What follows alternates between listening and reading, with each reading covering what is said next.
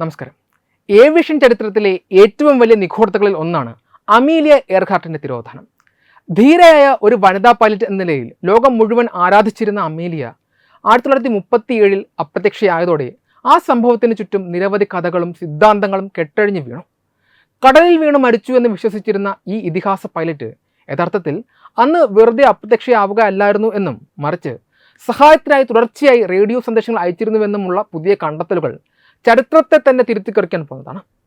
ആരെങ്കിലും ആ സന്ദേശങ്ങൾക്ക് മറുപടി നൽകിയിരുന്നു എങ്കിൽ ഇന്ന് അമീലിയ എയർഹാർട്ട് എന്ന മഹത്തായ പേര് ചരിത്ര പുസ്തകങ്ങളിൽ ഒരു ദുരന്തമായി അവശേഷിക്കില്ലായിരുന്നു എന്ന ചിന്ത ഇന്നും ഏവരെയും വേദനിപ്പിക്കുന്നു. The International Group for Historic Aircraft Recovery നടത്തിയ ഏറ്റവും പുതിയ പഠനമാണ് ഈ അപ്രതീക്ഷിത സംഭവത്തിന് പുതിയ മാനങ്ങൾ നൽകിയിരുന്നത്. അമീലിയയുടെ വിമാനം കടലിൽ തകർന്നു വീഴുകയല്ല ചെയ്തത്, മറിച്ച് അത് കരയിൽ സുരക്ഷിതമായി ഇറങ്ങുകയായിരുന്നുവെന്നും തുടർന്ന് ദിവസങ്ങളോളം അമീലിയ കരയിൽ നിന്ന് സഹായത്തിനായി റേഡിയോ സന്ദേശങ്ങൾ അയച്ചുകൊണ്ടിരിക്കുകയായിരുന്നു എന്നും ഈ പഠനം വെളിപ്പെടുത്തി. അമീലിയ അയച്ച ആ റേഡിയോ സന്ദേശങ്ങൾ അന്ന് വാർത്താ തലക്കെട്ടുകളിൽ നിറഞ്ഞു നിന്നിരുന്നു എങ്കിലും ആരും അവയെ ഗൗരവകരമായി എടുക്കുകയോ മറുപടി നൽകുകയോ ചെയ്തില്ല എന്നത് വലിയൊരു മനുഷ്യാവകാശ വീഴ്ചയായും അനാസ്ഥയായും വിലയിരുത്തപ്പെടുന്നു.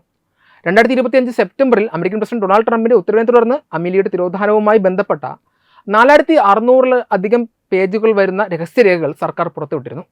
ഈ രേഖകൾ ടിഗാർ മുന്നോട്ട് വയ്ക്കുന്ന വാദങ്ങൾക്ക് വലിയ തോതിൽ വിശ്വാസ്യത നൽകുന്നു. അമീലിയ അപ്രത്യക്ഷയ സമയത്ത് ലഭിച്ച റേഡിയോ സിഗ്നലുകൾ വിശ്വസനീയമാണ് എന്നും അവ ഹൗലാൻഡ് ദ്വീപിന് 281 മൈൽ വടക്ക് ഭാഗത്തുള്ള ഒരു സ്ഥലത്തെക്കുറിച്ചാണ് സൂചിപ്പിക്കുന്നത് എന്നും ഈ രേഖകൾ പറയുന്നു.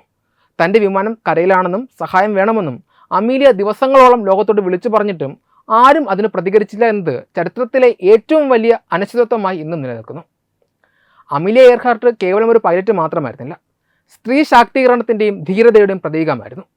1932 അറ്റ്ലാന്റിക് സമുദ്രത്തിന് കുറുകെ തനിച്ച് വിമാനം പറത്തിയ ആദ്യ വനിത എന്ന പദവി അവർ സ്വന്തമാക്കി. തുടർന്ന് 1935 ഹവായിൽ നിന്ന് കാലിഫോർണിയയിലേക്ക് തനിച്ച് വിമാനം പറത്തിയ ആദ്യ വ്യക്തിയായി അവർ മാറി. ലോകം ചുറ്റാനുള്ള തൻ്റെ അവസാനത്തെ ദൗത്യത്തിനിടയിലാണ് 1937 ജൂലൈ 2 ന്യൂഗിനിയിൽ നിന്ന് ഹൗലാൻഡ് ദ്വീപിലേക്കുള്ള യാത്രയിൽ അവർ അപ്രത്യക്ഷയാകുന്നത്. ഇന്ധനം തീർന്നുവെന്നും വടക്ക് തെക്ക് ദിശയിൽ സഞ്ചരിക്കുകയാണെന്നും ഉള്ളതായിരുന്നു അവരുടെ അവസാന സന്ദേശം. കടലിൽ വീണു എന്ന് വിശ്വസിച്ചിരുന്ന അവർക്ക് സംഭവിച്ചത് എന്താണെന്ന് ഇന്ന് വരെയും ആർക്കും കണ്ടെത്താൻ സാധിച്ചിട്ടില്ല. അമീലിയയുടെ തിരോധാനത്തിന് ശേഷം പല സിദ്ധാന്തങ്ങളും ഉയർന്നു വന്നിട്ടുണ്ട്. വിമാനം കടലിൽ തകർന്നു വീണു എന്നത് വ്യാപകമായി അംഗീകരിക്കപ്പെട്ട സിദ്ധാന്തമാണ് എങ്കിലും ചിലർ കരുതുന്നത് അമീലിയ ദിക്കുമരാരോ എന്ന ദ്വീപിൽ ഒറ്റപ്പെട്ടു പോയതാണെന്നും മറ്റു ചിലർ അവർ ജാപ്പനീസ് സൈന്യത്തിൻ്റെ പിടിയിലാണെന്നും വിശ്വസിക്കുന്നു. എന്തായാലും 1939 ജനുവരി 5 അമീലിയ ഔദ്യോഗികമായി മരിച്ചതായി പ്രഖ്യാപിക്കപ്പെട്ടു. എന്നാൽ പുതിയ വെളിപ്പെടുത്തലുകൾ പറയുന്നത് ആധുനിക സാങ്കേതിക വിദ്യയുടെ സഹായത്തോടെ അന്ന് ആ സന്ദേശങ്ങൾ വിശകലനം ചെയ്തിരുന്നു എങ്കിൽ ഈ പ്രതിഭയെ നമുക്ക് തിരികെ ലഭിക്കുമായിരുന്നു എന്നതാണ്. ചുരുക്കത്തിൽ അമീലിയ എയർഹാർട്ടിൻ്റെ തിരോധാനം വെറുമൊരു വിമാനാപകടമായിരുന്നില്ല, മറിച്ച് ലോകത്തിൻ്റെ അനാസ്ഥയുടെ കൂടി കഥയായിരുന്നു. ആ റേഡിയോ സന്ദേശങ്ങൾ അവഗണിച്ചത് ഒരു സ്ത്രീയുടെ ജീവൻ നഷ്ടപ്പെടാൻ കാരണമായോ എന്ന ചോദ്യം ഇന്നും ഉയരുന്നുണ്ട്.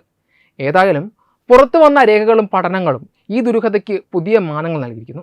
അമീലിയ എന്ന ധീര വനിതയുടെ ഓർമ്മകൾക്ക് മുൻപിൽ പ്രണാമം അർപ്പിക്കുമ്പോഴും അവർക്ക് ലഭിക്കേണ്ടിയിരുന്ന സഹായം ലഭിച്ചിരുന്നുവെങ്കിൽ എന്ന് ചിന്തിക്കാതിരിക്കാൻ കഴിയില്ല. ചരിത്രം ഇന്നും അമീലിയ എയർഹാർട്ടിൻ്റെ ആ അദൃശ്യ ശബ്ദങ്ങൾക്കായി കാതോർക്കുകയാണ്. വെബ് ഡെസ്ക് തത്തുമൈ TV.